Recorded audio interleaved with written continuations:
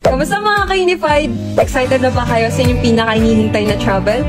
Sa pamamagitan ng Unified app, maaari kang mag-book ng iyong flight na mas mabilis at madali, mapadomestic man yan o international. Narito ang simpleng gabay kung paano. Una, mag-sign in gamit ang iyong username at password.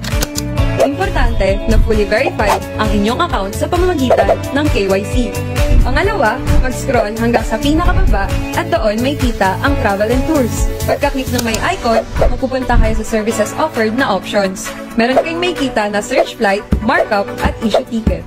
Kung first time ka ka-Unified, kailangan nakaset muna ang iyong markup.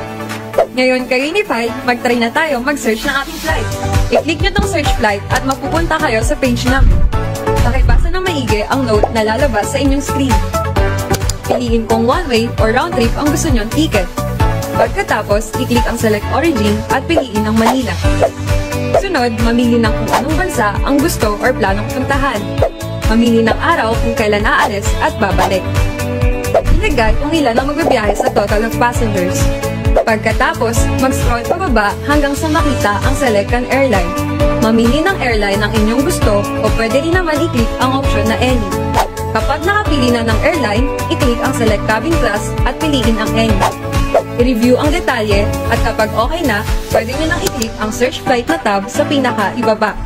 Pumili ng gustong oras ng inyong flight. Pagkatapos, ilagay ang mga detalye. I-review ang mga nilagay na detalye at kapag tama ang lahat ng impormasyon, pindutin na ang proceed button. Ilagay ang inyong detalye, first name, last name, at birthday.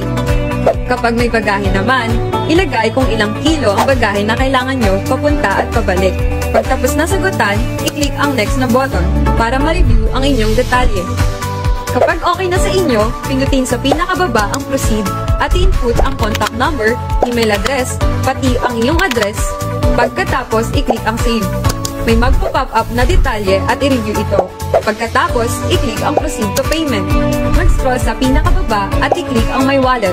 Ilagay ang inyong transaction password at kapag ready na, i-click ang confirm payment. O diba? Ganun lang kadali mag-book ng flight gamit ang Unified app. Enjoy your trip!